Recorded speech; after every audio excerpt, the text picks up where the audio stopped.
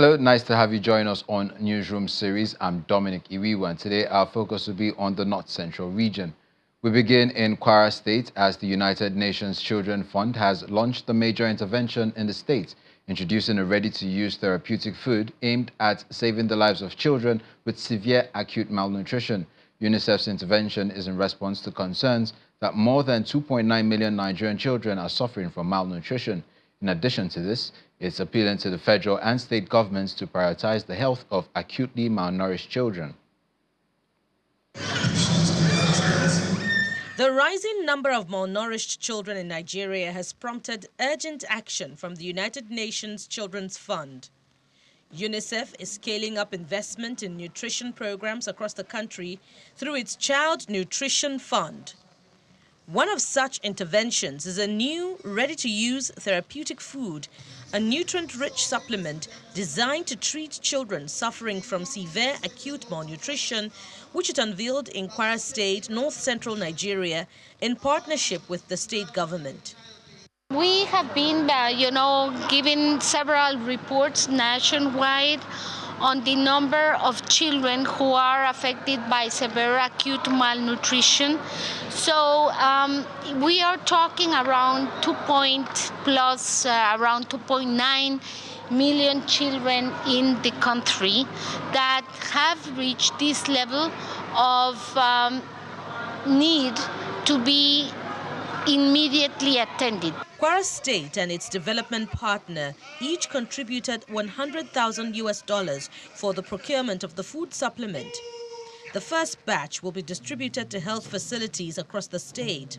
The state signed a Memorandum of Understanding, MOU, with UNICEF in February 2024, and His Excellency went ahead to grant approval for the payment of $100,000 as counterpart fund, which was matched by UNICEF with another $100,000 to make $200,000 that have been used to procure 4,000 cartons of the ready-to-use therapeutic foods, IUTF, that we are here to receive from UNICEF.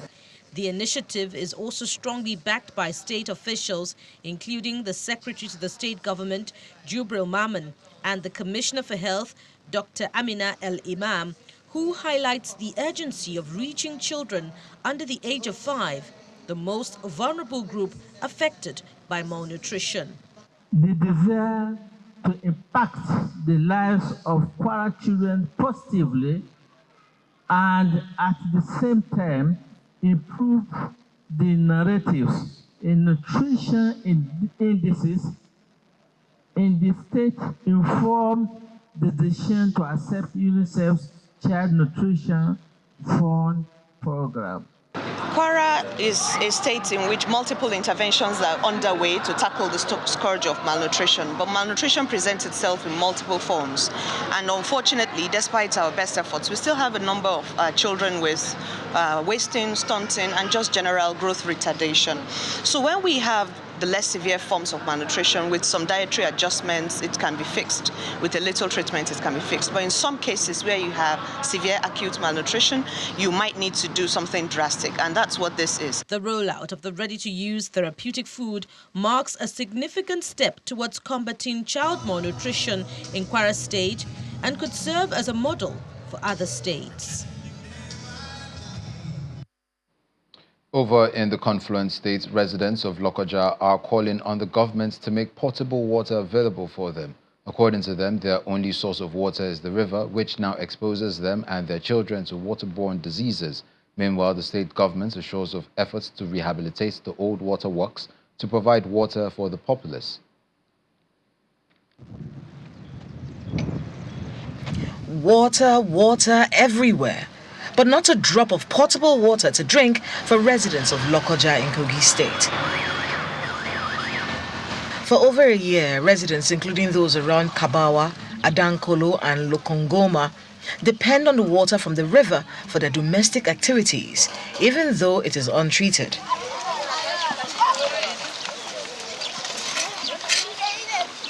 We have no water in our house.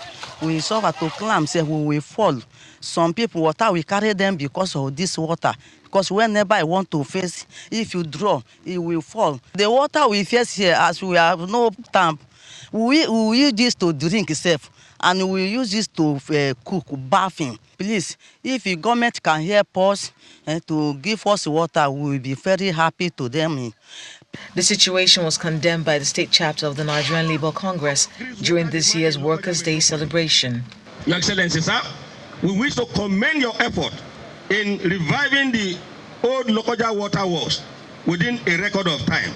However, the scale of treatment and reticulation from the old Lokoja water works cannot meet even 1/3 of the entire water demand in Lokoja metropolis. Sir, water scarcity adversely affects the productivity of workers. The daily search for water has pushed residents to rely on untreated sources, thereby exposing them to waterborne diseases. In 2010, the state government spent over 10 billion naira for the construction of the Lokoja Greater Water Works, which had a capacity of providing 50 million gallons of water per day. But 15 years later, the project has become a ghost of itself. In East Senatorial District in Kogi State today, there is no single town, absolutely, that can boast of pipe-borne water of 1 hour in 2 years outside Lokoja town. In Lokoja town, we cannot boast of 2 hours water in a month that everybody in Lokoja town can say, in 2 hours we got water to drink. What is the rationale behind this incompetency of agencies that are supposed to provide us with water? The 2022 flood specifically, submerged all the equipment there, and most of them are written off. We need to replace them with equipment that will actually check for the flood incidents, which is capital intensive. So what we quickly tried to do was to ameliorate the people suffering by first and foremost rush to rehabilitate the smaller one that we have in town. Within 2-3 weeks, I think we started direct pumping of water to the town, because we have weaker pumps there that has no the required head to deliver to our dedicated reservoir. Nevertheless, the state government has come under criticism by some who believe rather than spending money to build a market, the government should have spent it on providing water for the residents. Water supply and energy is the priority to invigorate and reactivate your economy, because that is the only way people can go into businesses. If I have steady supply of water, I'm sure that issue around diseases and pests will not be a problem. I can take care of water and sanitation, take care of open defecation. We can build toilets, public toilets, and to be functional. As the challenge continues, water vendors, popularly called Meirua, are cashing in on the situation, as some residents depend on them for clean water, usually sourced from commercial boreholes, even though it costs a fortune to buy. Cherry news for the livestock market, as the National Coordinator of the Livestock Productivity and Resilience Support Project, LPRES, Mr. Sanusi Abubakar, has announced plans to launch the Livestock Master Plan by August 2025. Mr. Abubakar, who was speaking at a meeting in Abuja, also gave a breakdown of the $500 million World Bank project across 20 states of the Federation, noting that the sector has immense potential for export, job creation, and income generation. This forum, which focuses on the development of a sustainable plan for infrastructure, constructed under the Livestock Productivity Resilience Support Project, is aimed at ensuring value addition at the end of the 6-year program in communities with designated projects. And harder farmer conflict. Project managers are reminded of their roles in sustainability, utilization, and non-abandonment of projects. What is the essence of this very important workshop is to address the common challenges of poor maintenance, underutilization, and potential abandonment, often associated with donor-funded infrastructure projects in Nigeria. Then he highlights how the $500 million project of the World Bank is yielding results and how the launch of the livestock sector master plan will pave the way for more wealth for the nation and farmers. By August, we are expecting at least to have a new brand Nigerian livestock master plan for the country through our collaboration with IRI. Then International Finance Corporation, we are working with them also on the feasibility studies on innovative livestock insurance mechanism. Factors such as poor management, poor breeding practices, lack of access to quality feeds and water, disease outbreaks, and inadequate veterinary services have consistently hindered growth in the livestock sector. However, government and development partners are working on ensuring the requisite policy to surmount the challenges. It is essential to recognize the critical role that livestock infrastructure plays in supporting the health, welfare, and productivity of livestock. In furtherance to this initiative, development partners like the World Bank and others should ensure continuous training and retraining for the project implementation units in the area of project management methodology. The livestock sector currently contributes 17% to the agricultural gross domestic product, 5% to the national GDP, and accounts for 36.5% of protein consumption. Sarah Chimugu, Channels Television News. Nearly 5 years after the #EndSARS protest rocked Nigeria, the issue of police brutality remains a talking point. In Makurdi, the Benue State capital, students and human rights activists take to the streets to demand justice for Emmanuela Anhenjeri, a final-year student of the Federal University Wukari, allegedly killed by police on duty. Human rights activists and students converged on the food basket roundabout Wurukum in Makurdi, the Benue State capital, to protest the alleged killing of a final-year student of the Federal University Wukari, Taraba State. As the protesters hit the streets to drive home their demand for justice, they meet a standoff with the police.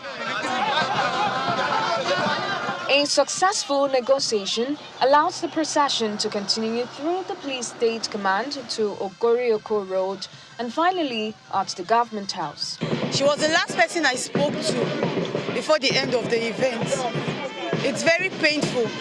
And all the police has to do is to release a press statement that said they were shooting before they shot. If there was gunshots everywhere, there were too much spraying of bullets. Why are there not countless number of deaths? Why was just one person dead? The protesters are received by the special advisor to Governor Hyacinth Alia, who listens to their demand and promises that the state government is working on ensuring justice is served. Whatever we say here, Emmanuela has her own side of the story, but unfortunately she's not here to tell it. So many conspiracy theorists have been saying a lot of things, but it's none of our business.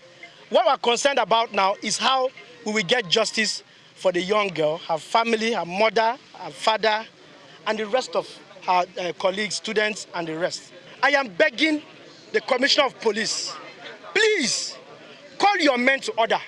When I saw on social media at Urukum, Amelia put a call to him. Has the report of the killing got to you? He said yes. What have you done? The people have been arrested. Has it been communicated? Yes. I can tell you for free, the Commissioner of Police that we have in Benue State is one man that can never and will never allow this to be swept under the carpet. The state commander of the police has ordered an investigation into the matter after stating that the student was shot by a straight bullet. Nevertheless, the protesters are rejecting the claim. Welcome back. Stakeholders in Nasarawa State have passed a vote of confidence on Governor Abdullahi Sule, commending him for exceeding expectations in governance delivery since he assumed office in 2019. The endorsement was made during a high-level stakeholders meeting convened at the government house in Lafia, the state capital. Our correspondent Halima Gaya reports. Abdullahi Sule welcomes former governors of Nasarawa State, Abdullahi Adamu, the first democratically elected governor, and Tanko Almakura, the immediate past governor, into the council chambers of the government house in Lafia. Here present members of the... Also present are 7 senators and top government officials, all gathered at the invitation of the governor.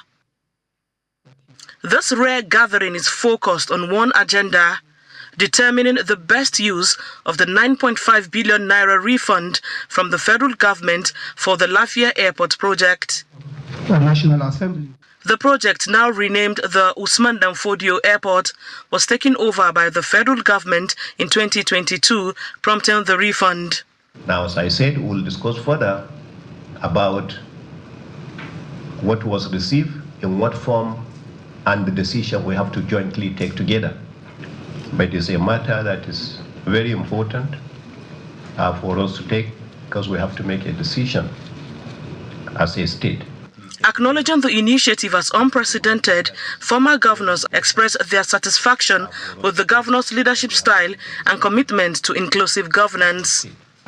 It is our hope and prayer that the spirit of governance will continue to guide the governor in the affairs of the state and his relationship with all and sundry. We are solidly behind him, and we support the efforts and the initiative he's taking to move the state forward. We are with you. We'll continue to support you. We'll continue to counsel you. We'll continue to advise you so that together we can take Nasarawa to the next level. With full endorsement from the gathering, Senator Ahmed Wadada Aliyu formally passes a vote of confidence on Governor Sule. I remain Senator Ahmed Wadada Aliyu Sarkin Yakin Kefi, Senator representing Nasarawa West Senatorial District, and I am in total agreement and alignment to what our leaders and elders said. And for that, I hereby move that a vote of confidence should be passed on our governor for extraordinary performances as stated by elders and leaders. The event concludes with Governor Sule leading the stakeholders to the Lafia Overhead Bridge and Underpass, now open for public use, a project completed ahead of its official commissioning. From Lafia, Halima Gayam, Channels Television News. In a heartwarming development from north-central Nigeria, 5 public school pupils from Niger State have been awarded full scholarships after emerging victorious at an international debate competition in Indonesia. Governor Umaru Bago made the announcement while receiving them in Minna, the state capital. The scholarship will cover secondary school to tertiary level, with the possibility of further studies overseas for exceptional performers. Governor Bago commended the pupils for their outstanding performance, saying it has brought pride to the state and the country.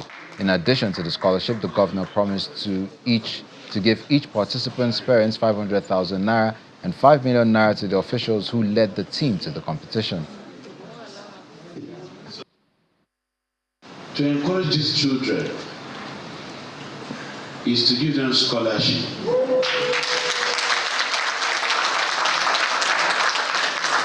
So these children will have scholarship from year 1 or 2 until they finish university. I'm sure all of them are in maybe class 3 or what?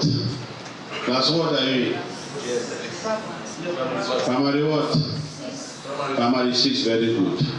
So if you have to do very well.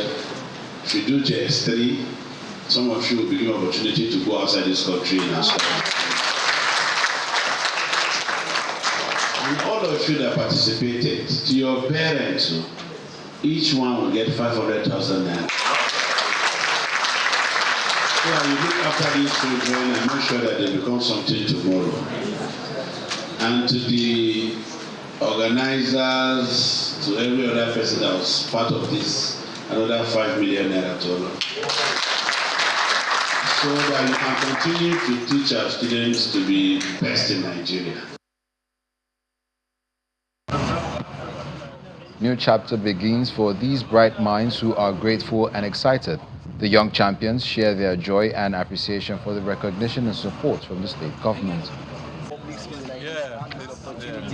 The experience, it was actually perfect. If you are being told that you have this or such opportunity, you would say it's a lie, or you say in Nigeria, no. But actually, it is true. We can develop a very good Nigeria. And I really appreciate governor and also the executive chairman, and I really appreciate them because for giving us this opportunity, and we pray that may God also continue to be with them. The lead speaker and the first supporting speaker from team proposition made mention of health impact and the global crisis. They all give their points without socks. So therefore, I hereby render all their points baseless, irrelevant, and should not be considered in today's argument. Now to my main point. Water source protection, sanitation and hygiene, climate change, waterborne disease, decentralized solution, prioritization of needs, innovative financing, community engagement, and examples. To start with, water source protection. Protecting water sources from pollution and contamination is crucial, but can be difficult to achieve, especially in areas with limited resources, according to World Health Organization. Diverse cultures, arts, and artifacts across Nigeria have once again taken center stage, this time as symbols of unity through cultural exchange. In Jos, the Plateau State capital, the 2025 International Museum Day celebrations placed special focus on Egon culture, underscoring the enduring role of museums in promoting identity and social cohesion. The National Commission for Museums and Monuments, in collaboration with the Egon Cultural and Development Association, marks International Museum Day in Jos, Plateau State, with a colorful event bringing together traditional rulers, community leaders, academics, and private sector players. Leading the Nasarawa State delegation to Jos is Governor Abdullahi Sule, who joins Igbongwam Jos, the Jacob Gyang Buba, and other dignitaries to honor the Egon people's rich cultural legacy. Those of us who are leaders today, either in public office, in the traditional council, if we don't take time, we will all be lost in what is called Nigeria. Today we are being shortchanged. As you introduce history, Your Excellency, our appeal for more robust cultural activities within and out of the state.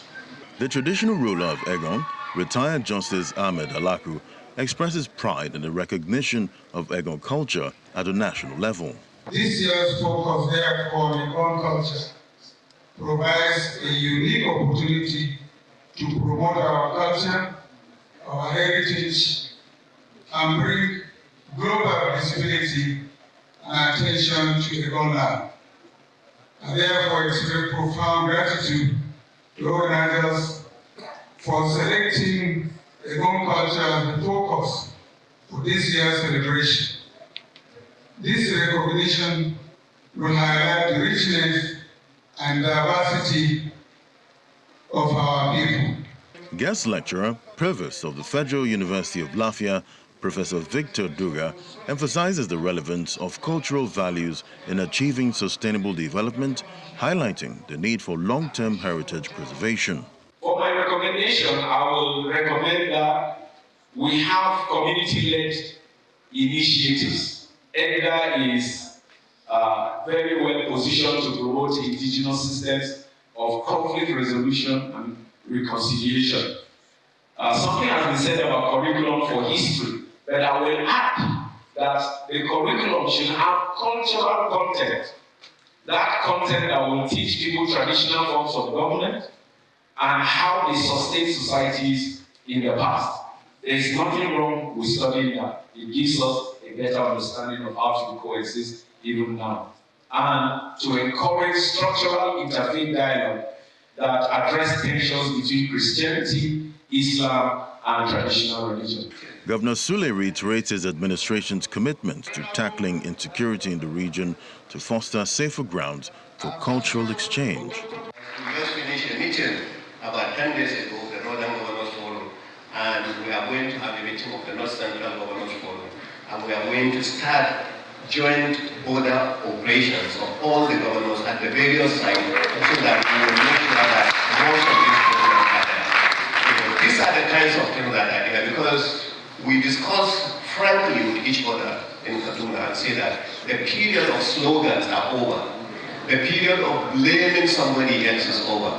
The insecurity in our zone is our responsibility, and we must go and solve our problem by ourselves.